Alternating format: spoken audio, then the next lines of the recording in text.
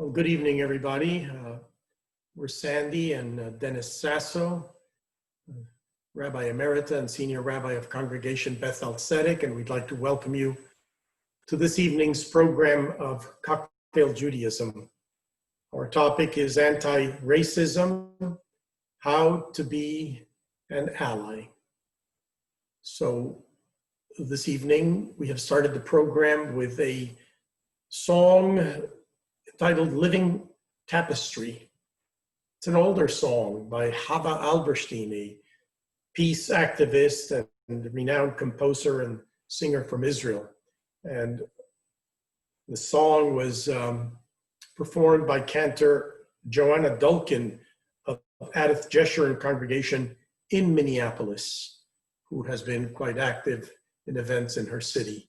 And she is a colleague and a mentor of our own cantor Melissa Cohen, who brought this song to my attention, and I immediately agreed that we should use it to open the program this evening. I'd like to recognize Shari Lip-Levine, our executive director, Jackie Goldstein, our program and communications coordinator, who are behind the scenes taking care and letting people in and making sure that we have no technical problems, as well as Rabbi Jenny Greenspan, who is helping with the chat room this evening. I should begin, as I always do, saying l'chaim, to health, and perhaps we will add to healing this evening.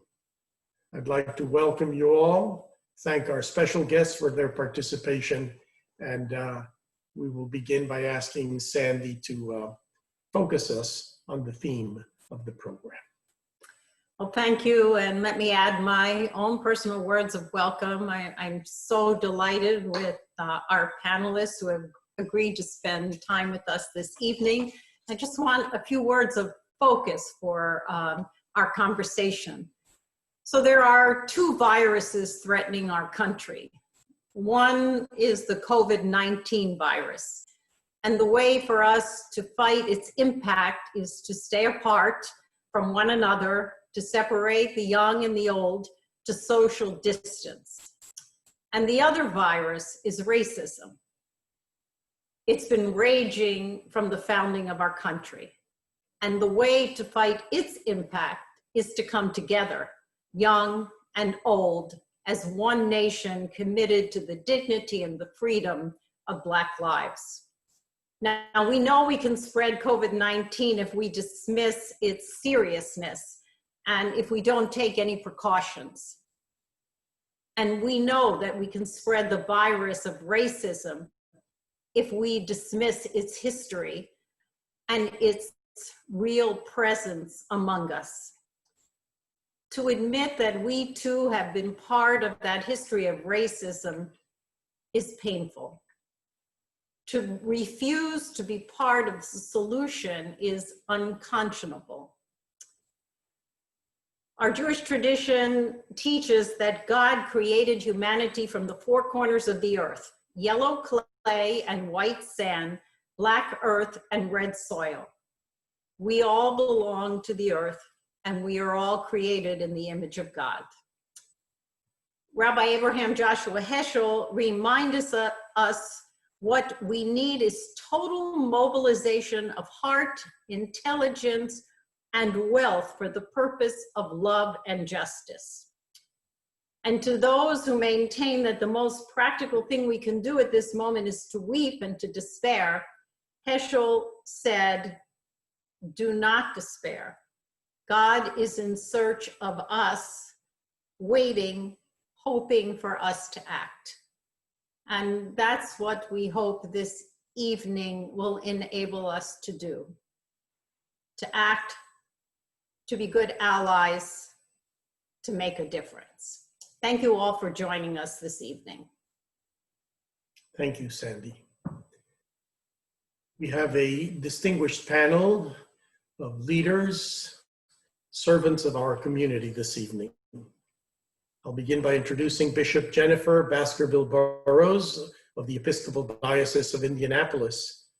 Dear friend, Bishop Jennifer Baskerville-Burrows, native of New York City, She holds a bachelor's degree in architecture and urban studies from Smith College and a Master of Arts in historic preservation and planning from Cornell University, as well as an MDiv, a Master's of Divinity from Church Divinity School of the Pacific.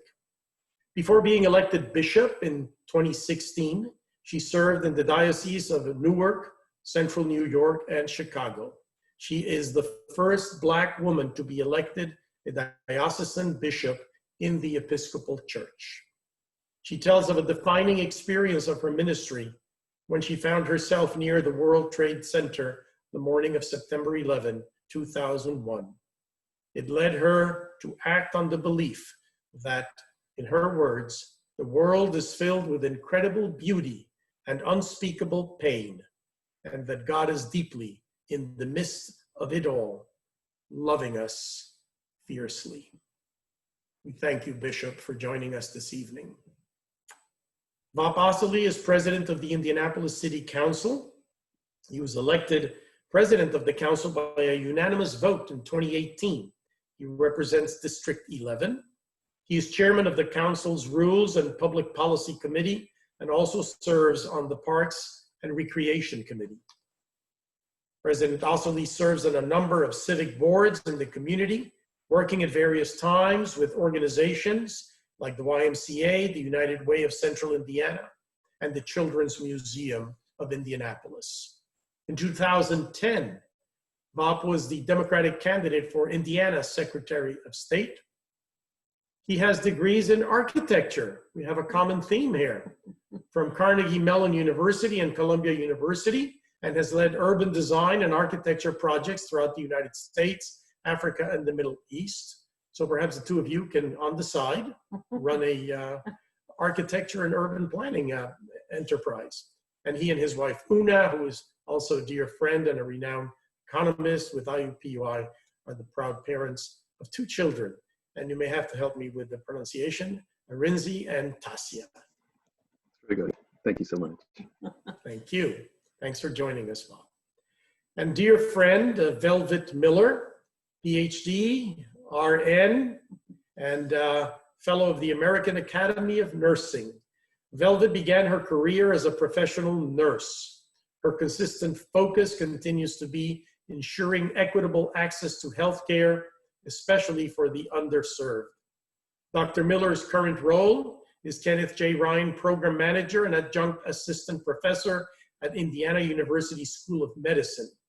Dr. Miller oversees the family planning and abortion training for OBGYN residents and serves as the education and research liaison with Planned Parenthood of Indiana and Kentucky. She received her PhD from Boston University, holds other degrees from Wagner College, School of Nursing, Temple University, School of Education. We did graduate school at Temple University, and Harvard University's Kennedy School of Government. She is a respected educator and community organizer, and she is the mother of my very dear friend and collaborator, Toby Miller, who is the director of the Race and Cultural Relations Leadership Network. Thank you for joining us, Velvet. We are honored to have the three of you as our panelists, and moderating the program this evening is our dear friend, David Sklar. David is the Assistant Director of the Jewish Community Relations Council. He's also a member of the Board of Directors of Congregation Beth-El and the leader of our Social Justice Committee.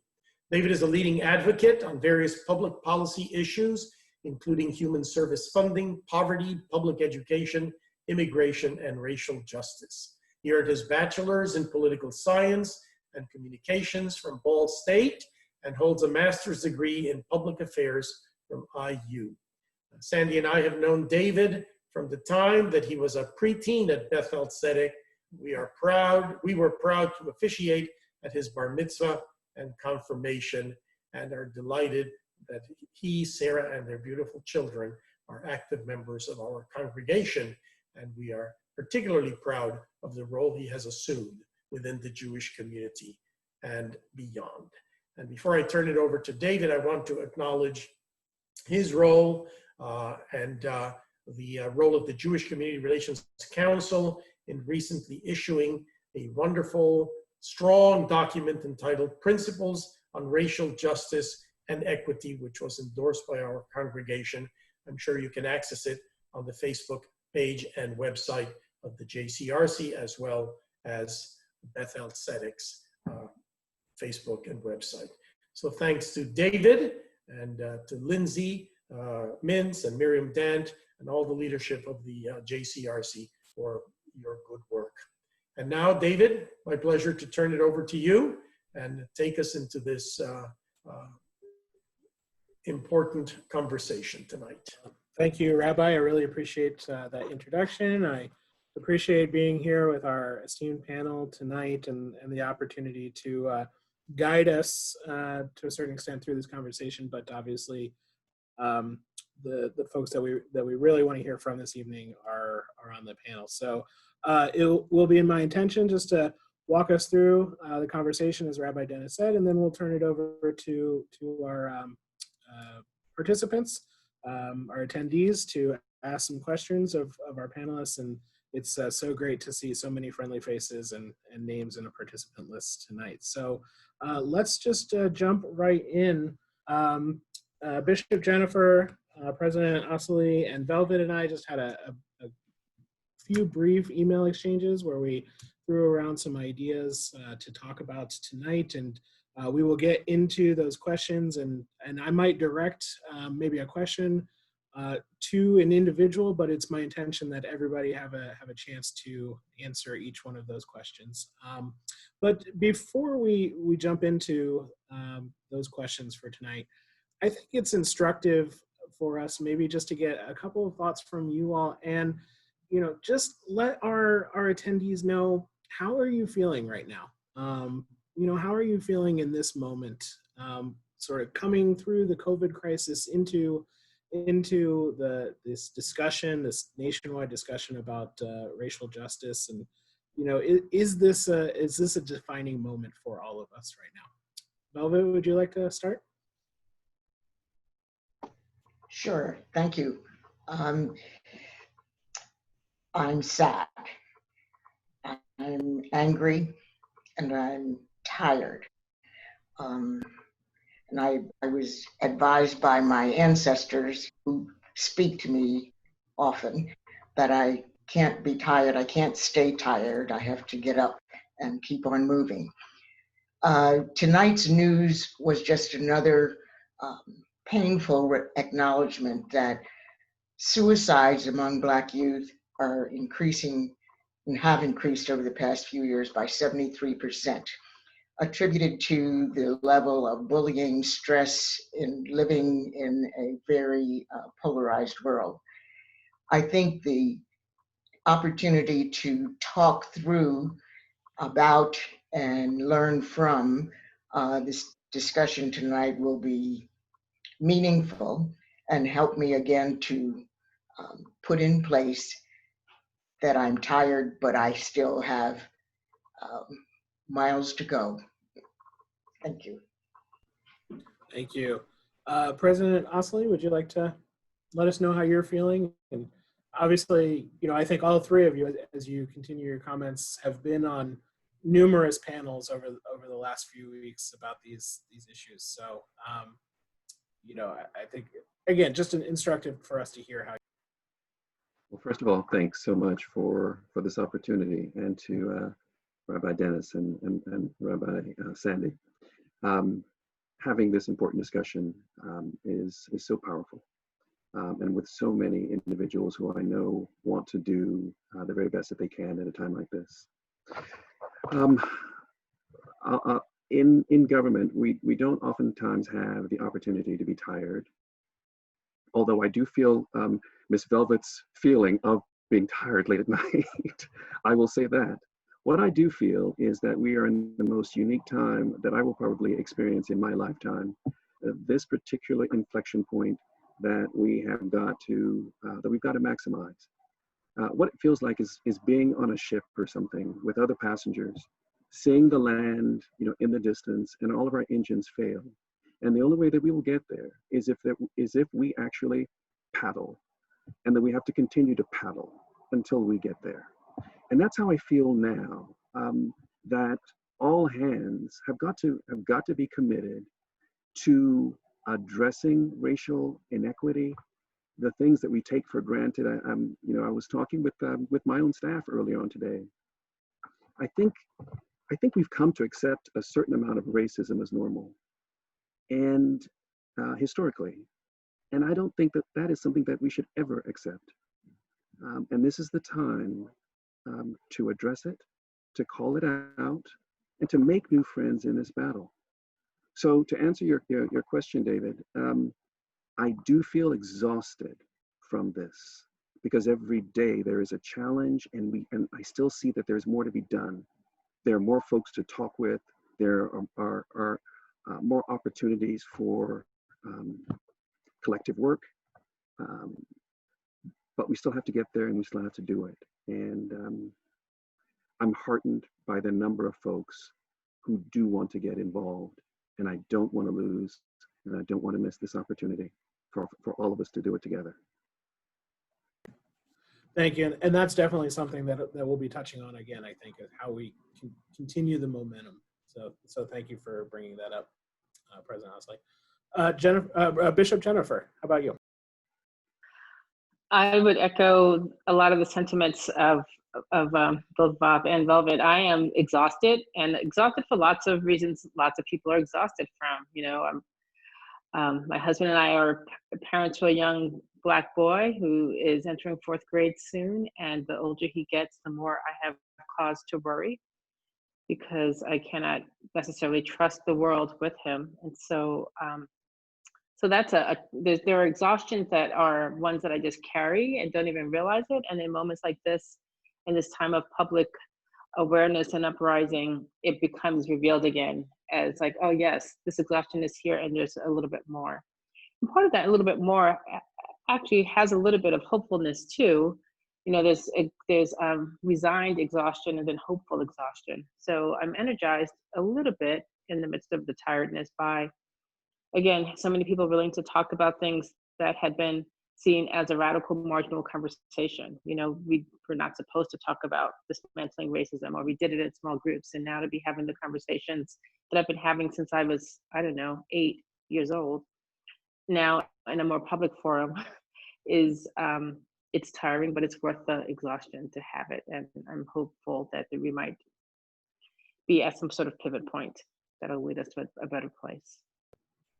Well, wonderful. I want to kind of keep moving in that direction. First of all, I want to say that I can't necessarily understand. I can empathize with working to raise a young black man. What I can empathize is a young man going into 4th grade. So I at least share your tiredness from that perspective. So, but I want to continue, I think, in this line of dialogue. And I think my first serious question for all of you is, what is it about the murder of George Floyd? I mean, we've seen any number of murders over just the last few years, and obviously it stretches back much further than that. But we saw Ferguson, we saw Philando Castile, we watched Ahmaud Arbery, we watched all of these things happen. But what was it about the murder of George Floyd that finally seemed to sort of awake the consciousness of white America? This is Velvet. I'll start on that. May was a very bad month. We learned of Arbery. We learned of Breonna Taylor in May. These are incidents that happened before, but we learned about them in May. And then we had George Floyd. That was enough to say, in 1 month, in addition to the other stories that we haven't seen or heard or haven't been on the news, that, I think, 3 major issues, incidents, and then the impunity with which the officer showed as he had the knee on this young man's neck, I think that was the feather. It was for me. I believe it was for many others too, but May 2020 is a marker. Bishop.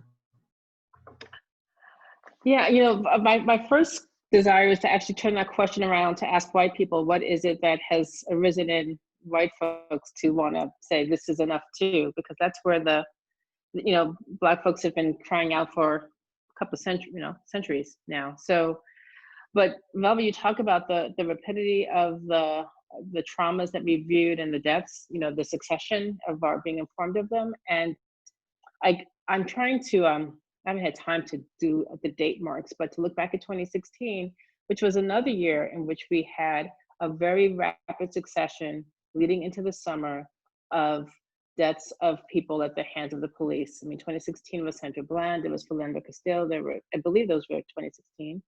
There was another, oh, I want to make sure I get the right years and the right people in the right years, but there was enough that people were taking to the streets and marching, proclaiming Black Lives Matter, and it did not arouse enough concern globally to have the kind of situation that we're experiencing today. But I will say in the 4 years, what's shifted politically, we have seen the country live with visible and ongoing white supremacist behavior and adulation even in our political arenas. And so when you put those dynamics on top of these traumatic killings, you know, there's a shift. You know, I think there's a sense in which people have been marching for some cause of the marginalized or another for the last 4 years, and people are done. I hope we're done because we should be done. Thank you. President Osley? I think it was, for me and those I've spoken with, I think it was the absolute brazen disregard of life by an officer or officers who knew that they were being filmed at the very time that they were doing it. The coolness with which it was done, the absolute savagery, so coolly in broad daylight. I think there was no way around it. It was a shock to watch a man's life be snuffed out. And the person snuffing the life out was looking straight into a camera, as though anyone watching was complicit. So anyone watching would understand, well, this is just what we do with Black people. So there's not going to be an issue. I can't think of anything else. And so there was therefore nowhere to hide that this occurs. I hope this is not going to be sort of a heavy thing, but we are now looking at issues with our rape kits here in Indianapolis. And you know, just reading sort of the story or the history of the development of the rape kits. I think it was an article in the New York Times a few days ago, and that historically women who had been violated or molested almost had to prove themselves that they didn't ask for it, that it wasn't their fault, really. I mean, that it wasn't the perpetrator's fault. And did we really want to believe them? They must have done something to deserve being violated. And I think that's the place that a lot of Black Americans have been. That really, is it that bad? Did you really suffer that? You know, couldn't have been. You must have done something to have caused XYZ to hang you, to drag you behind a car, or to shoot you in the back. There was no way around this one. And I think the COVID crisis contributed because more folks weren't doing other things and could watch it and rewatch it, and there weren't other things to distract. So I think that the bishop had a good question. Those are the things that hit me and hit the folks that I've spoken with, but I am curious what really sparked it in this global sense, you know, that folks began to see that this is just plain wrong. Yeah. Well, you know, as moderator, I don't want to inject too much of my own thoughts here tonight, but you know, I think you're all exactly right. It is my sense, and certainly my experience as a white American. You know, for me, it was very much sort of Ahmaud Arbery and seeing a man just gunned down just for running in his neighborhood, and then immediately following, you know, exactly like you said, Bob, this sort of, for lack of a better term, this snuff film, this man whose life was literally being squeezed out of him as the officers, you know, did it with impunity. I think it really just awoke a lot of folks' consciousness. And I think you're all absolutely right. So I hope that more folks will, maybe express what these events meant for them, and what for them, awoke their consciousness. As I've talked with a lot of folks, in the Black community for years now, honestly, this time that we've been in has been described to me many times as sort of the second civil rights movement. And Velvet, when we emailed a little bit earlier today, you posed a question that I think really struck me, and I'd like to get all your thoughts on it. Thinking of the civil rights movement, when we say we shall overcome, I think there's a question of who is the we, and exactly what are we overcoming? I think the simple answer is certainly, we sort of be in the Black community, and racism is what we're trying to overcome, but it's really much deeper than that, is. Yes, it is. And this song in the 60s was moving and motivational and meaningful. Personally, recently I hear the song being sung like a dirge, and that upsets me because it should be motivating. The we, of course, can be determined by who's on first, who's listening, who's involved, and who chooses to be involved. We shall overcome. And the issue is overcome the murders, the racial fires that are happening all over. What are we going to overcome? Are we going to overcome Black maternal mortality, for instance? I think that continues to be 3 to 4 times higher than others. And then the final question is, if we don't, we shall overcome or not. Do we take advantage of this international groundswell and move the dial of our anger or racial biases or implicit bias, or discover our own issues? If we can take this opportunity to delve into what it is that each of us do to contribute to the environment and commit to making a change, maybe we will.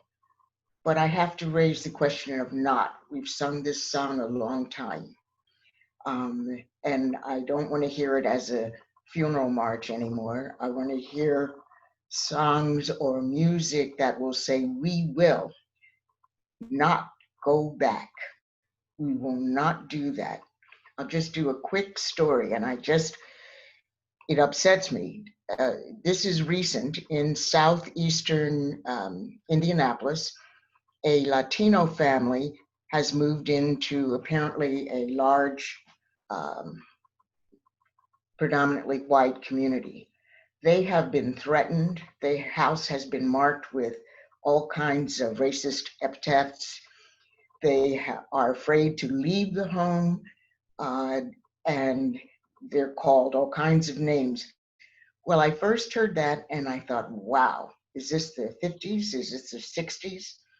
And then I said, we just cannot go back. We're not going to do that. So I'm joining folk to work with and stand with this family and see, or at least publicly acknowledge, no, we're not doing that. We're not going to let that happen. I rambled. I'm sorry, David. You're fine. You're absolutely fine. Bishop Jennifer or President Osley, would you guys like to jump in on this question?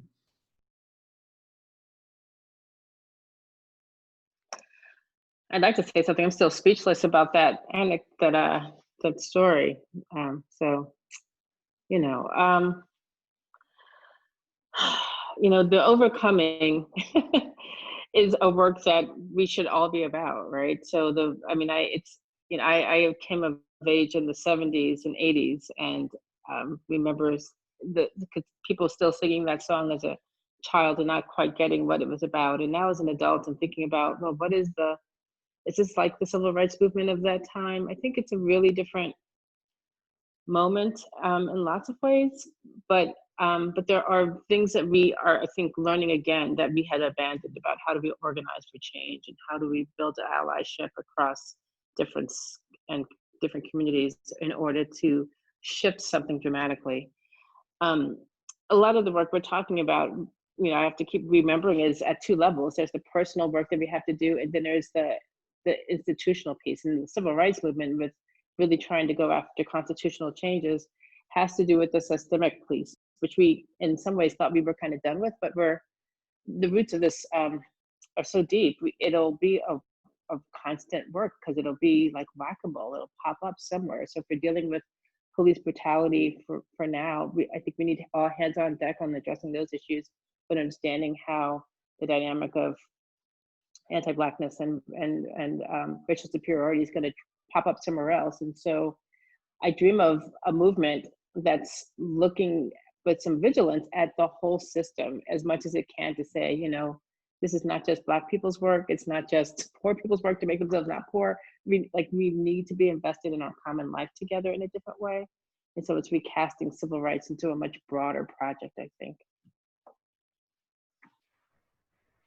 If I may, just a few words, and it is for me this notion that within all of our communities, not just our Black communities or our brown communities, that we look at racial equity not as something abstract and right in principle, but something that we will strive for as united bodies. And I'm sure we'll have an opportunity to get on to more discussion, but the we has to do with some level of sacrifice, that equity is not equality, and we don't have equality unless we have equity. And then we have to be purposeful about it. And by we, that means all of us. We are going to be grappling with this in the coming months in our city county council. We are entering budget season.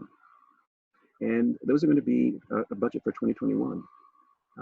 Those are going to be some interesting discussions, because we've made a pledge as a council that we are going to be looking at how we dispense our money through a lens of equity. And that does mean that, if you can imagine, I have $20, you have $200. Equality would be next year you get 10 and I get 10, but that's not equity. And how do we break through the system right now? How do we break through that system to demand equity for folks who have been marginalized for far too long, not had a voice? If we say we, that means all of us are going to have to do this. Vop, I think I'm gonna just ask you to kind of keep moving in that direction, if you wouldn't mind. One of the questions that I had for you specifically, but certainly for everybody, was, if you could talk to us a little bit more about exactly what you just spoke to. What are the public policy pieces of this conversation going to be over the next few months? I mean, obviously, we're going to have serious discussions about policing reform. Things like transparent contracts and removing qualified immunity and use of force boards and various commissions, but it's also has to be a deeper, dive into the issues of systemic racism, and discrimination that are built into things like affordable housing, education, economic development, economic self-sufficiency, workforce development, all those kinds of things. So as the leader of the city council, what you think will be on the city's agenda? And then, obviously you're not a state legislator, but I'm sure you're in contact with a number of our state legislators in the Indiana Black Legislative Caucus. So, tell us about what the public policy picture looks like here in Indiana and in the city in Indianapolis over the next few months to years. Let's take, for example, school funding. Now, granted, we don't have a great deal to do with that here in Marion County, but at the state level. If we accept that the practice of school funding is based on property taxes, what does that ensure? It ensures that our poor kids will go to underfunded schools. And if you think about it, why were our school systems not consolidated back when we did UNIGOV? So at the state level, it is asking for opportunities for equity in the decision-making process, and that might take some time. But at the local level, if we think about our contracts, or we think about, let's just start with DPW, Public Works. Now, as it stands, most of our council district, 25, all have appropriations for either development of roads, repair of roads, etc. But we find that in many areas of our older city, the infrastructure is broken. Sidewalks missing or broken. Streets in rather poor condition. Now we all have, I know 2 years ago we were all complaining that we had some bad streets, and we've done our best. I think, have we not done our best? Fewer potholes. Can I get a nod from some people maybe? Okay. So, but in some areas that continues. And so how do we look at this in an equitable way? Do I fix the broken sidewalks, or do we repair all of them equally? Do we focus on the things that are really broken and have had deferred maintenance for decades? How do we make that decision in a way that shows that we are looking at this through an equitable lens? So, as I said before, our funding is going to be a great indicator of what we believe. And what we believe as a council, I would say almost to the person, is that these are going to be a series of difficult discussions, but these are going to be discussions that we will have internally amongst our council, amongst our departments, and then these are going to be discussions that we're going to have externally, because we're going to have to ask our friends and partners, how are they using their resources? So if we're investing in a particular entity, a particular company, is it also investing in our communities? Tomorrow, I'd say Wednesday, we have a company that wants to establish a new facility. It's a new manufacturing facility. They have an opportunity to put that anywhere within the county. It's a global firm, but they've made a determination that they're going to put it into one of our hardest hit communities, so that not only can they invest in a community and put their money where their mouths are, but they have an opportunity then to invest in human capital, which means then that there's opportunity for training. And it was very forward thinking. How do we invest in such a way that there is benefit for those most impacted? And we're going to encourage more of that. There are other institutions that maybe we are invested in.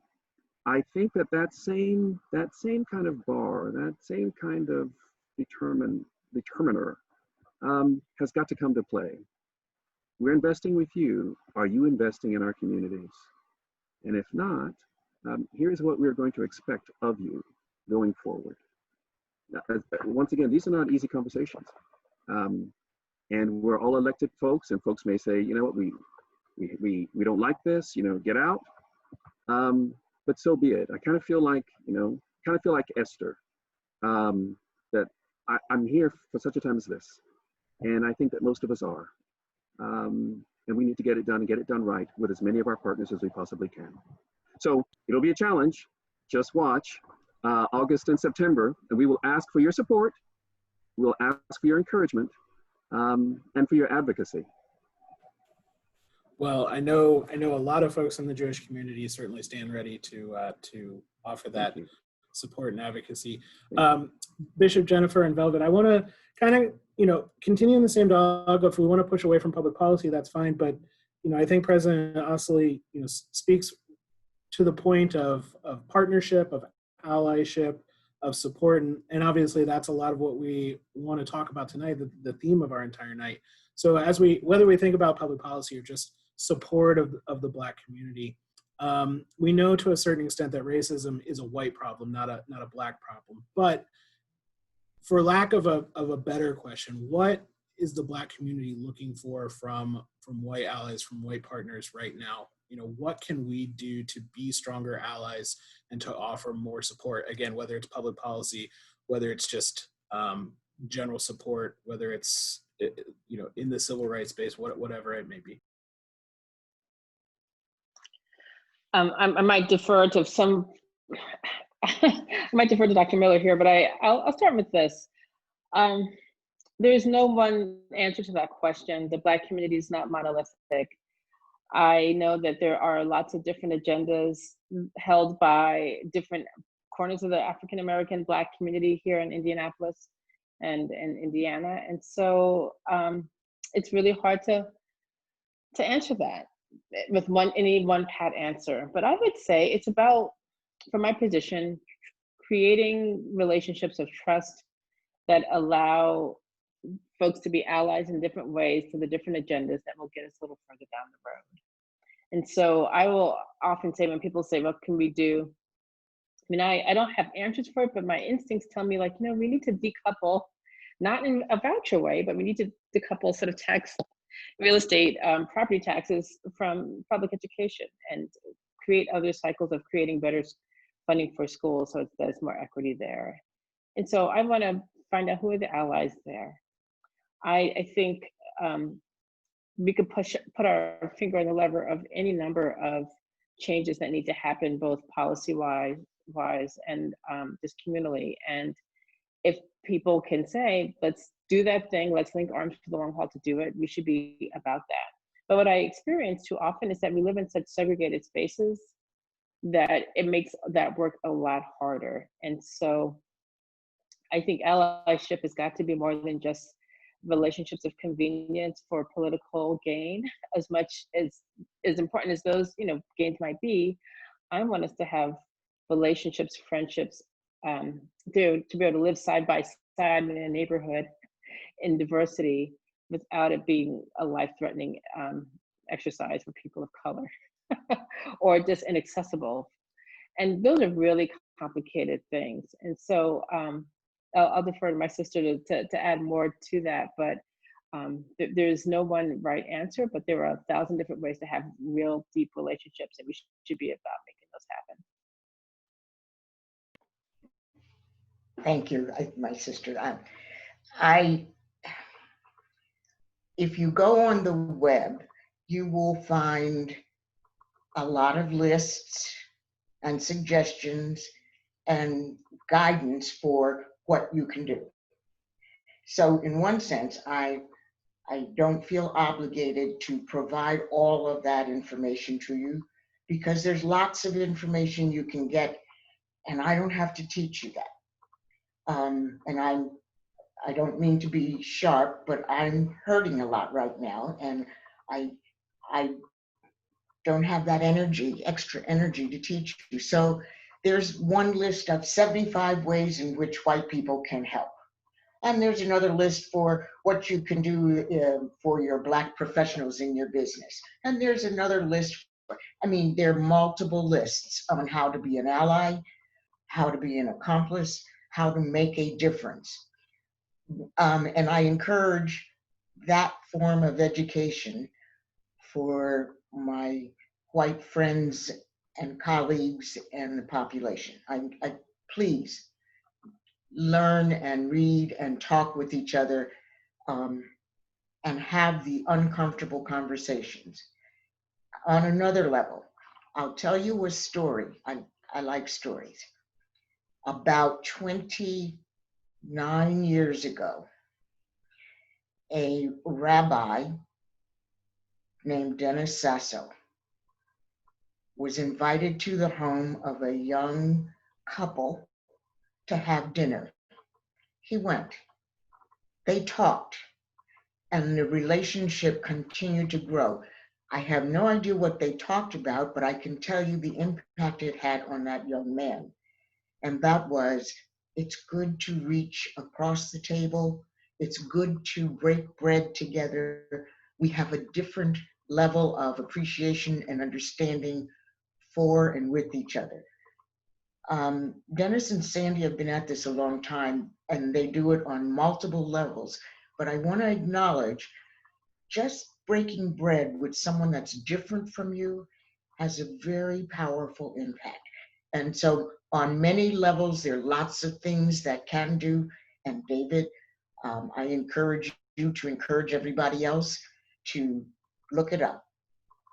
Is that fresh? I'm sorry. No, it is absolutely not fresh, and it's certainly something that we need to hear, and I very much appreciate it. And I'll just give a couple of very quick examples myself. So, Rabbi Dennis spoke to the fact that the JCRC, along with the support of our congregations, just publicized a document for ourselves that will lead an introspection within our community over the coming months of education and experiential learning and opportunities for us. So, for those members of the Jewish community listening, I think between our congregations and our community agencies, we will have an opportunity to do this education for ourselves that Velvet speaks of. And I just want to offer one quick story of my own. The Jewish Community Relations Council, for which I work, created a Black-Jewish partnership just a couple of years ago, where we worked to bring together young leaders of the African American and the Jewish communities to do exactly that, break bread. And it's been an impactful experience. So your idea of just breaking bread is very meaningful to me personally. So thank you for that. So I want to make sure that we leave some time for questions. So I'm going to kind of mush my last two questions that I have for all of you together.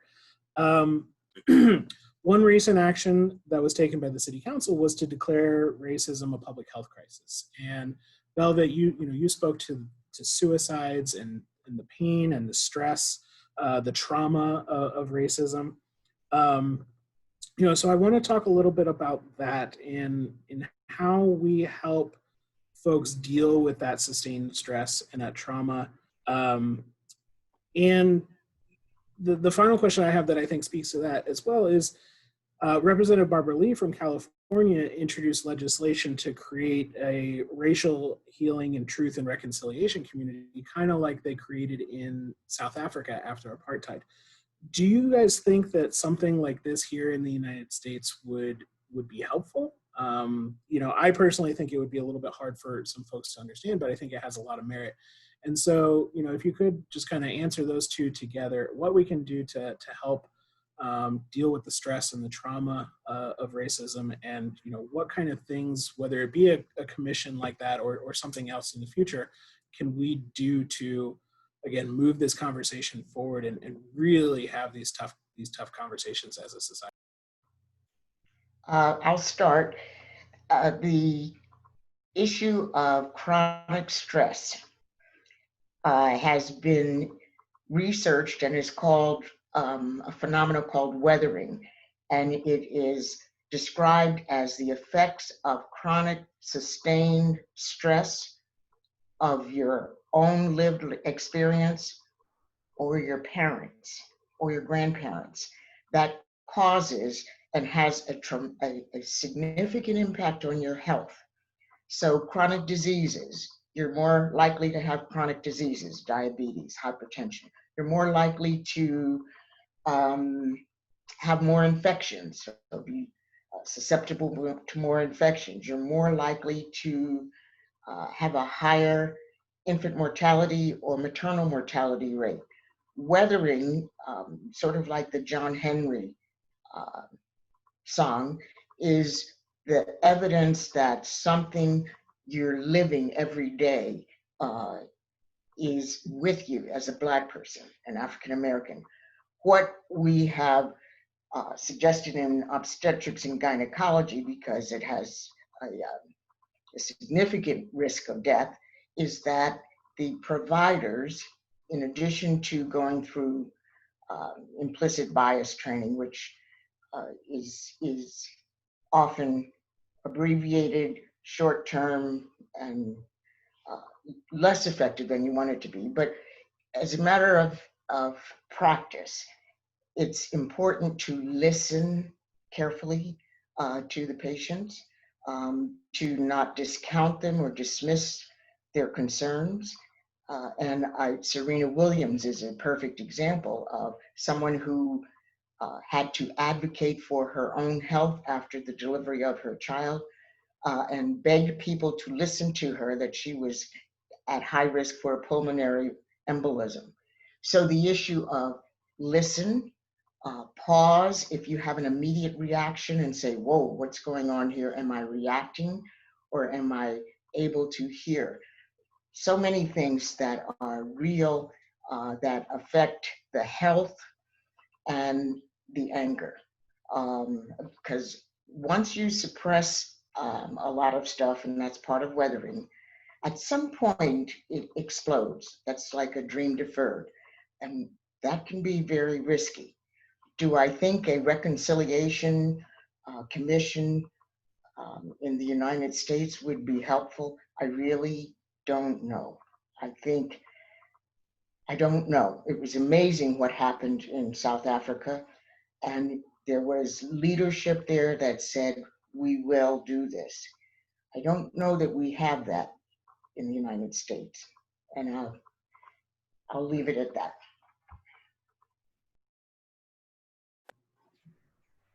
May I? Please.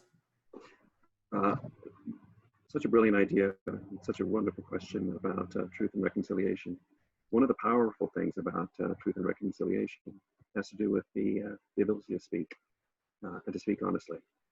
And where we stand today, I think has written on sort of the back of politeness that we never spoke about, and we tend not to speak about those things that are uncomfortable, especially here. Now, if we lived in New York, probably that would be different. I mean, New Yorkers basically say whatever comes to their mind, right? Love that. In Indianapolis and in Indiana, we don't do that. And there is, I think there's a power that comes out of it. There's a healing that comes out of it when we normalize the discussion on race. And I think the word that we really should use is normalize. To be able to say, for a white person to be able to say black versus person of color, or brown versus person of color, African American as opposed to people of color, Latino as opposed to people of color. We've got to be able to say what the crux of something is in order to get to the crux of it. And it's not necessarily people of color who have suffered; it's black and brown who have been at the base of this of racism when it comes to sort of the races. I know, our Jewish brethren have had centuries, millennia of persecution. That's not to take away from that at all. But when we talk about the racial component of it, if we don't say black or we don't say brown, we'll never get it addressed. And so truth and reconciliation, I think, is so powerful, because I do want us to be able to own the pain and to own, in many cases, the privilege or the recognition that maybe some of this is not of all of my own doing. A few moments ago, I gave an example about school districts and the funding mechanism that our schools are typically funded on property taxes. An important question, I think, would be to ask oneself, would I support the idea of racial equity in beyond the abstract if my own child's school was going to get slightly less funding so that black and brown children could have more educational opportunity? Now, we're working with IU on a number of studies. One, to track the impact of COVID, especially tracking the impact of COVID on black communities, brown communities, just across the county. What they've come back with is, if you factor out everything, be it race, gender, even health, the one thing that stands out as being the determiner of opportunity, and I'm saying this because there is a way forward, the one thing that stands out is education. That if our communities, our black and brown communities, had education on par with their peers of any race, the opportunities that come down from that far outweigh the impacts of health. As Dr. Miller just mentioned a moment ago,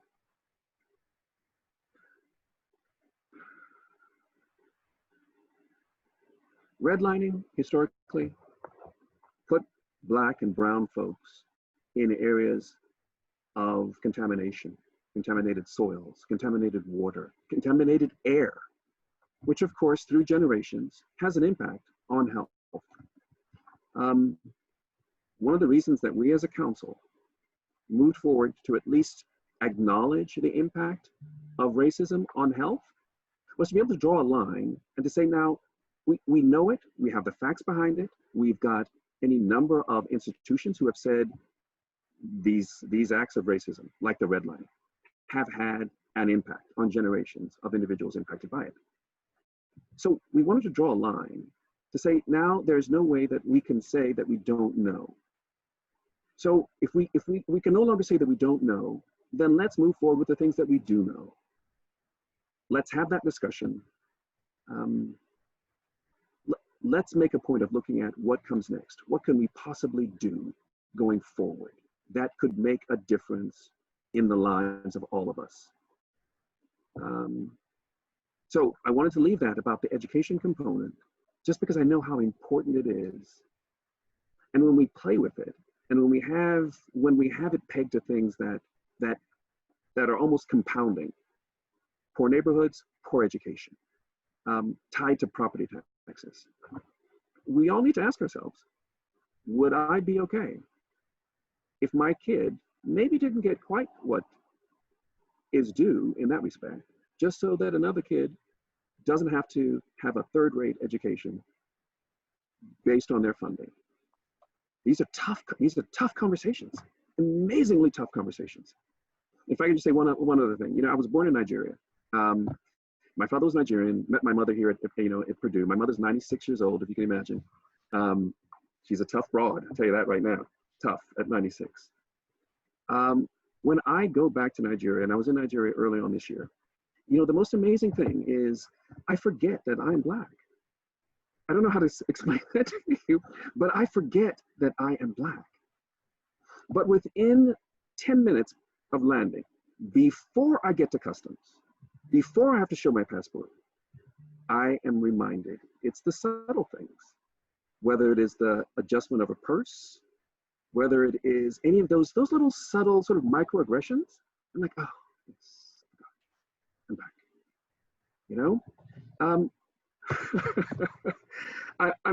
I'm just I want to explain, at least in my own terms, sort of that impact. And it doesn't have to be that way if we're conscious of it. So education, impact of health, impact of our own actions, when we see others who are different, could we be more conscious of those things? And so when it comes down to a truth and reconciliation discussion, if we're able to say those things clearly, I think we'd be in fantastic shape. So thank you. Thank you. Bishop Jennifer, would you like to kind of close us out before we try to take a couple of questions? I would. Thank you. Just a couple of things. One, I would support having a Truth and Reconciliation Commission. I've been blessed to have an opportunity to study with Bishop Tutu and to know what has happened in South Africa. And I have learned from other folks doing work in Northern Ireland and seeing what happens when you get people on two sides of a conflict to be able to talk about what it means to bomb another person's home and then have them sit face to face as they try to reconcile. I've seen some of what is possible. And I've also studied and believe firmly that the things that we don't talk about can kill us, because they are. And so we have to grow the capacities to have fierce, courageous conversations about things that matter, and to call each other to embrace a common good that actually involves other people. And so if we, it is not a hard conversation for me to think about paying higher property taxes so somebody else's school can have better resources, because that's the right thing to do to be able to have a better community for everyone. And I don't hear a lot of that kind of talk as much as I would like to. Like, there is actually a common good and a way that we care for one another and look out for one another. And it is my hope and expectation that as I try to parent in this age, that I can only do it by understanding that there are other people, not me, who are looking out for me and my family. And if we're not trying to build a society that can have each other's back that way, what are we doing? So we have to take as a presupposition, particularly those of us who are people of faith, that we are connected, we are all beloved, and it is actually our business to make sure that somebody else we may not even know is thriving. That is our business, because that is part of, I believe, how God created us to be in relationship with one another. So my presuppositions are those, and I think if we're able to name that this is the starting place, we assume that we're about building a better world for the sake of another person, then we can get a little further down the road. And I am from Brooklyn. I do not know how to be Indiana nice. I've only been here 3.5 years, but I'm just telling you, if we can't say it plain, like, we don't have time to be messing around. And so we have to find our language, and we don't have to be hitting each other with hammers, but to the extent that we keep saving our niceties and not telling the truth about a situation, admitting the pains, and also, particularly for white folks, understanding that this trauma that we're carrying is a trauma that you carry as well. And the fact is that our country is at this crossroads, and we're at this crossroads globally, because the pain has to come out from somewhere. And if white folks don't talk about what it means to carry this unreflected load, that is a curse and a problem for the rest of the country, then there will be effects that we feel in lots of other ways. And I believe that we are feeling those effects globally. So, so I'll stop there. I know we have time for questions, but I appreciate the opportunity to reflect on these things with you. David, we Thank can you. carry on this conversation for a couple of hours. Let's take a few questions from the chat room, and then we'll wrap it up. Sure. So I've seen it. I'm going to just jump in. Rabbi Jenny might jump in with a couple other. I've seen at least 3 or 4 folks ask this question, so I'm going to go ahead and just throw it out there. Bob, we'll probably turn it to you first, but happy to have anybody else jump in.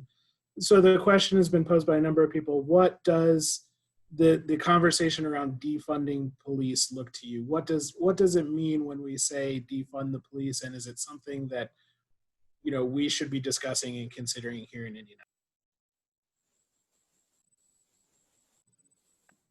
You're still on mute. Sorry about that. I think that there are a number of services that the police perform now that might be better suited for others to deliver. I think that is one form of sort of smart resizing. The idea of defunding the police, I don't think it will carry in our city, because we do need a police force. That's essential. But I think that there is room for us to look at priorities and who can fulfill a function best. We do ask a lot of our police officers, a tremendous amount, and I think oftentimes we don't say thank you enough for the fact that they get up every morning and they don't know if they're going to be a marriage counselor or a drug counselor, if they're going to have to deliver bad news, just any number of things, the trauma that they must feel. But the idea of defunding, no. The idea of sort of right-sizing and reappropriating funding, yes. I think that there's room for that, and I think that we'll be looking at opportunities for that discussion as we approach the budget season.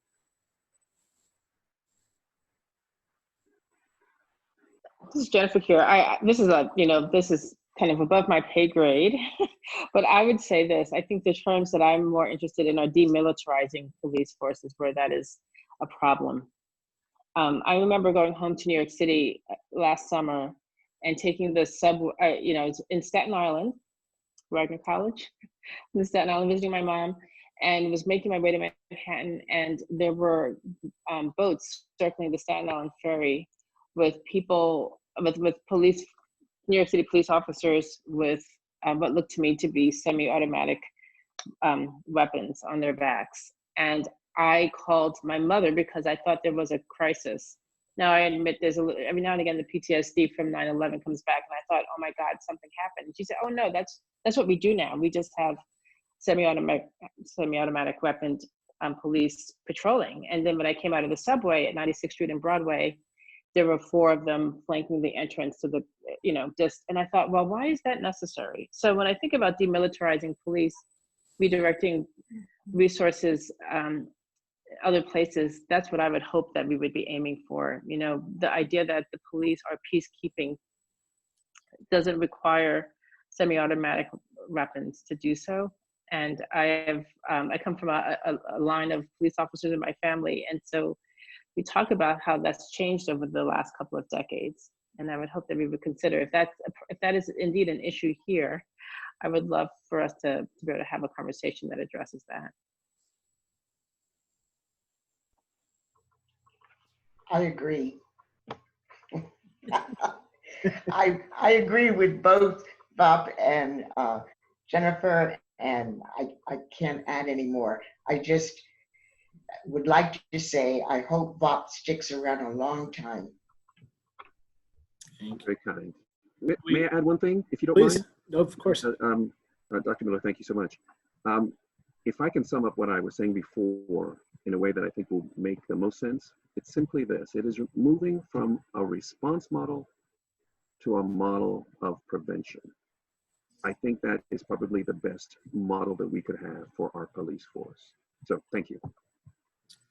Thank you. So we had a question about what would a term maybe be to replace defund, and I think Bishop Jennifer hit on one, maybe to demilitarize. It would certainly be a term that we could look at. Rabbi Dennis, we have time for one more, or do we need to wrap up?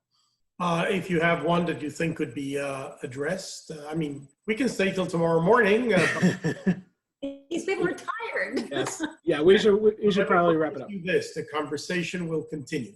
Why don't you ask one more question and then turn it over to me, and we'll. Great. Well, I don't think this is probably not the best question to ask as a last question, but we have a question about your thoughts on reparations. And I know that could be an entire another conversation, but maybe just your very quick thoughts as we wrap up.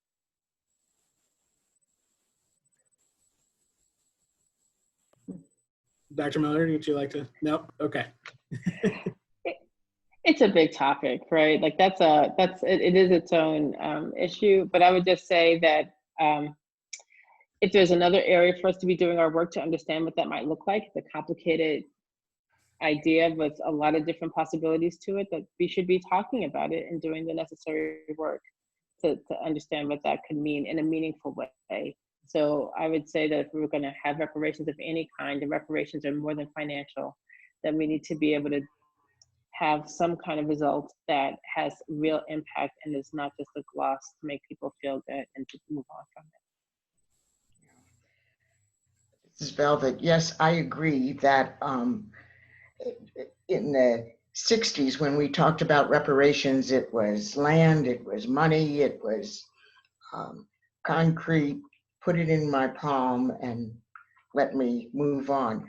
At this point, financial reparations is not enough. And I'm not even sure that it's appropriate. We need to have reparations through discussion, through change in the systems, to dealing with what is at the root of these problems. And this takes all of us. So reparations to me, yes, it's important to discuss it, but I like to see more real action, more real change from a policy, from a personal, from a group level. I'd like to see economic inclusion be meaningful. And mainly, reparations to me would mean that the energies that are now being expressed and demonstrated won't stop. So Martin Luther King said that America is a 10-minute nation. We deal with an issue for 10 minutes and then we move on to the next. We can't let this be a 10-minute aberration. Reparations to me would mean this is really going to move and continue with hard discussions and concrete change. So yes, and David, thank you for ending this with such an easy question. We're really grateful to you for that. My apologies. Well, you know what's really great? My son asked me the same question, I think over the weekend. He's like, Dad, what do you think about reparations? You know, for or against? And I thought, wow, son, that's a really deep question. But you know what we came to, at least in the few moments that we had the discussion, was education and economic opportunity. That education component is the foundation, I think, for the future for any young mind. And I don't think that there's a better investment. So whatever that looks like, you know, after a series of discussions, after hard discussions, whatever that looks like, it has to contain opportunities for education. Well, thank you. I know for myself and most of us on this call, we look forward to those important discussions and opportunities to be involved in that dialogue. And it's really been an honor for me to be here with you all tonight. And with that, I will turn it back to Rabbi Dennis. Well, David, thanks for facilitating both a high-level conversation and a profound conversation. We have gone up and we have dug down. Velvet indicated the importance of educating ourselves, and I'd like to remind everybody that with the announcement of this program, there went out a series of suggested reading resources and activist resources, some of which came from Velvet herself and from our other participants. So we encourage you to go ahead and do that cultivation, that work. I think, like in any other endeavor, when we try to find out what we can do, we come down to the basic three: our time, our treasure, and our talent. By time, we mean find something to engage in, activate, participate, socialize, like Velvet indicated. Find the time to get involved. Give money. Find a cause that you can support economically that is working to change the system. Partner, collaborate. And then finally, about talent. Well, bring yourself, but also there is something called voting. And by voting, you can change the talent and bring the right and bring the talent that will do the things that we need done. So that's a challenge that we all have to undertake in keeping with our own values and principles. But that's it: time, treasure, and get the right talent, and then bring it all together. Sandy. I just gonna thinking of something that Velvet said that reminded me. I mean, I was a young person in the 60s, and we protested lots of things, and we naively thought we made everything better. And here we stand on many issues, and it feels like we're going backwards. So I want to reiterate what is said here by these outstanding panelists. We can't go back again. We just can't go back. We have to move forward. It is enough already. So I think that all the people who are on this call are people who care, who want to do something, who probably were in the protests in the 60s, or young people were on the streets for all the marches that we've had today. So thank you so much for sharing with us your knowledge, but also not just what's in your head, but also your heart, because we really feel that. And I thank you all for your friendship as well. And as you all said, we can't despair, because once we despair, then we can't move on. So we're all going to get up in the morning, and we're going to do something that will make a change. And just to round it out, the bishop and I were in a conversation with the Indianapolis Star just a few days ago, and I spoke of two types of healing to which Judaism addresses our need for repair and for healing. We talk about healing of body and healing of soul. First, we need to heal the body politic, the system. That is why we call it a systemic condition, racism. The body politic is law enforcement, but it's more than law enforcement. There's a judicial system, an education, a health and economic systems, all of which are part of that body that needs healing. The structures in place need to be corrected. Purposes need to be reassessed. Funding needs to be reconsidered. Goals refocused. And then the tradition speaks about healing of the soul. And what is the healing of the soul? The healing of the soul is listening. We need to listen to one another. We need to be present. We need to know when to talk and when to be quiet. And we need to know how to be a friend. When the Israelites were about to be given the 10 Commandments, God says, here it is. And what was their response? Their response was, we will do and we will listen. We would expect it to have been, we will listen and we will do. We will do. And then in the process, we will listen to one another and self-correct as we go along. So we need to step forward, know that we can do it, not despair. And if we have people out there like our 3 panelists today, which we do, and like our conversation leader, we are in good hands. So thanks to the 3 of you, Velvet, Bob, and Bishop Jennifer, thank you for sharing your evening with us, and to all who have participated to make this conversation so meaningful. Shalom, peace, and we look forward to seeing you all soon. Thank you. Thanks for joining us.